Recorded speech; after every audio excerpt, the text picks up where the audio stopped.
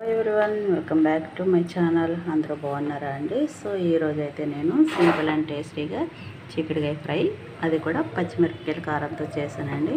So మరి ఇది ఎలా చేసుకోవాలి ఏంటన్నది మనం వీడియోలోకి వెళ్ళి తెలుసుకుందాం. పదండి మరి వీడియోలోకి వెళ్ళి చిక్కుడుకాయ ఫ్రై ఎలా చేసుకోవాలో తెలుసుకుందాం.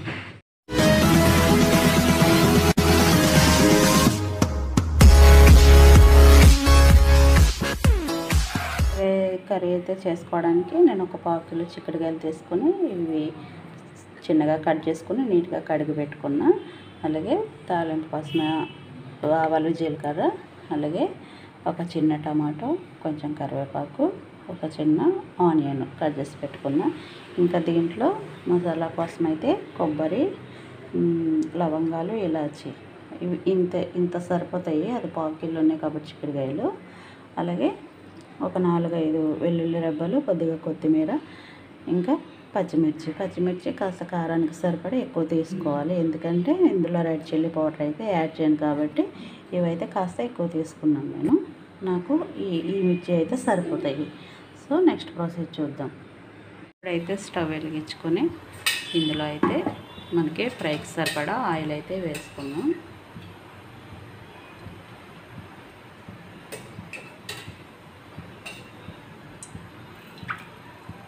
నేను 2 టేబుల్ స్పూన్స్ ఆయిల్ అయితే వేసాను. ఆయిల్ అయితే హీట్ అయింది కదా, ఆవాలు, జీలకర్ర అయితే వేసుకుంటున్నా. అలాగే ఇందులో కరివేపాకు కూడా వేసుకుంటాము.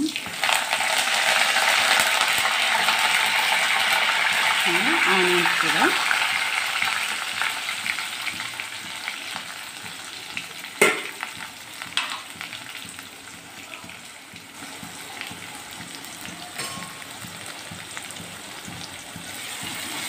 ఇవైతే ఫ్రై అవ్వాలి.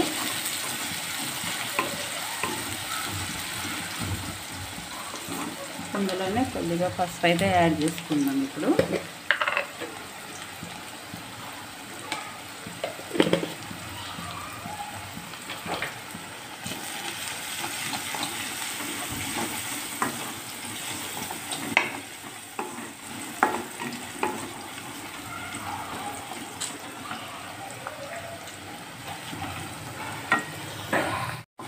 ఆనియన్స్ అయితే ఫ్రై అయినాయి కదా, ఇప్పుడు చిక్కుడుకాయలు అయితే యాడ్ చేసేసుకుంటున్నాం.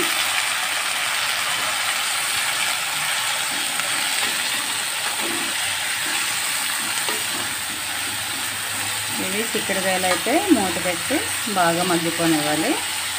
ఇవి మగ్గే లోపల మనమైతే పచ్చిమిర్చి అవన్నీ కూడా మిక్సీ పెట్టుకున్నాం.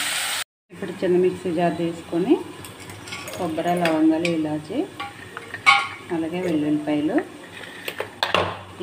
కొత్తిమీర, పచ్చిమిర్చి కూడా మిక్సీ పెట్టేసుకోవాలి. అయితే పచ్చిమిర్చి సగం తుంచుకొని వేసుకుందాము, ఎందుకంటే మళ్ళీ నలగవు కాబట్టి ఇట్లా చేసి వేసేసుకొని అన్నీ మిక్సీ పట్టుకుందాం. కొత్తిమీర కూడా వేసి ఇప్పుడైతే తీసి చూద్దాం. చిక్కుడుకాయలు అయితే ఫ్రై అయిపోయినాయి. ఇప్పుడు ఇందులో టమాటా వేసుకోవాలి.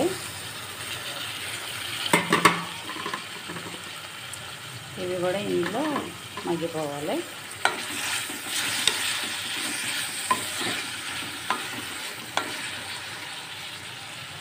ఇవి కూడా 2 మినిట్స్ ఫ్రై అవ్వనిద్దాం. టమాటాలు కూడా ఫ్రై అయిపోయినాయి. ఇప్పుడు ఇందులో మనం మిక్సీ చేసి పెట్టుకున్న పచ్చిమిర్చి పేస్ట్ ఉంది కదా, ఇది కూడా వేసేసుకోవాలి. ఇదంతా పచ్చివాసన పోయే వరకు మంచిగా ఫ్రై చేసుకోవాలి. ఇప్పుడు ఇందులో తగినంత సాల్ట్ వేసుకోవాలి. అలాగే కొద్దిగా ధనియా పౌడర్ కూడా యాడ్ చేసుకోవాలి. ఇవన్నీ మంచిగా మిక్స్ చేసుకోవాలి.